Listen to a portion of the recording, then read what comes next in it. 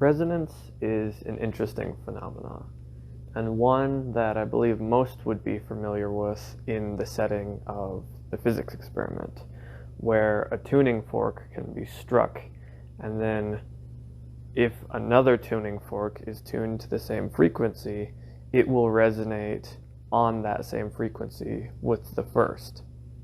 And although this is the most easily demonstratable, and it's a good proof of concept as to how resonance works, I believe that this phenomena can be translated to things that aren't necessarily physical. Specifically, I believe it's a good analog for how things become popular on the internet. Currently, the most popular way of thinking about things seems to be virality.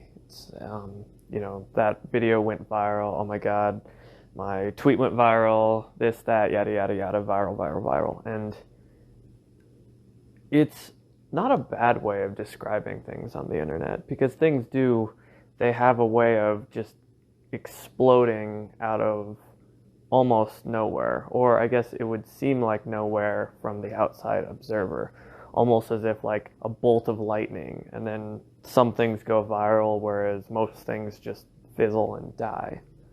But I don't believe that's entirely true. It seems like things explode and go viral out of nowhere from the outside perspective, but what that doesn't take into account is why. What was different about that particular groundhog video or whatever, stupid little YouTube clip just absolutely blew up as opposed to the millions and millions of others that didn't.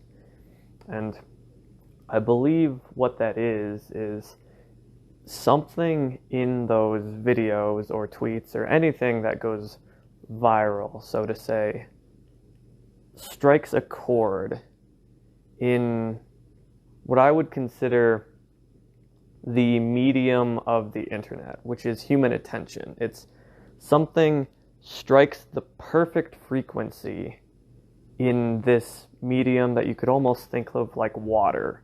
It's like you hit it just right and it reverberates through this medium in a way that other things don't quite pass through nearly as well. In this way, you can almost think of putting a single thing on the internet like striking a gong, but rather than it reverberating through the air, it's the medium of the internet, which is human attention. And because we don't necessarily understand human attention, and it's very difficult to quantify, when you strike that gong, you don't necessarily know what's going to happen. It could be unresonant and you don't hear anything at all, or you could hit it and it could strike that chord within the hearts and minds of people, and it could reverberate to the point where it shakes the ground around you and is deafening.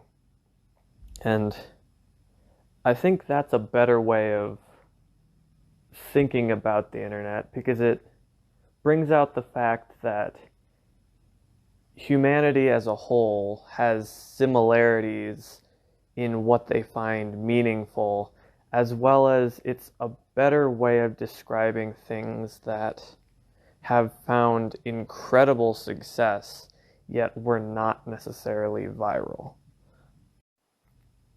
Currently, it is August of 2020, which is certainly a year that will live on in infamy, but from what I can tell, the most resonant thing on the internet right now is the Joe Rogan Experience, which is a perfect example of this phenomenon at work, because when it first got started, it was not really popular at all. It was, just Joe dicking around in his basement with Brian Redban.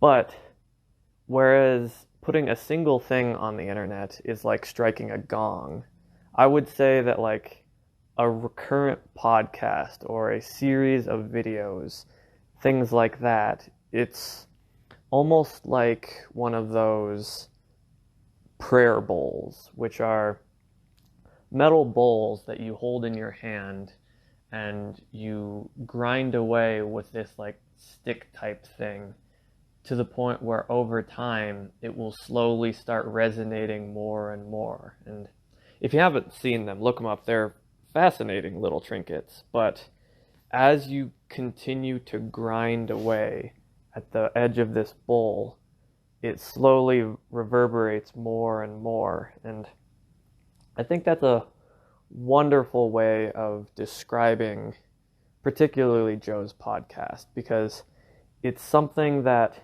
he continued to grind at over and over, and over time it's become more and more resonant to the point where it's pretty much the biggest thing on the internet right now. I mean, the amount of influence he has is unfathomable.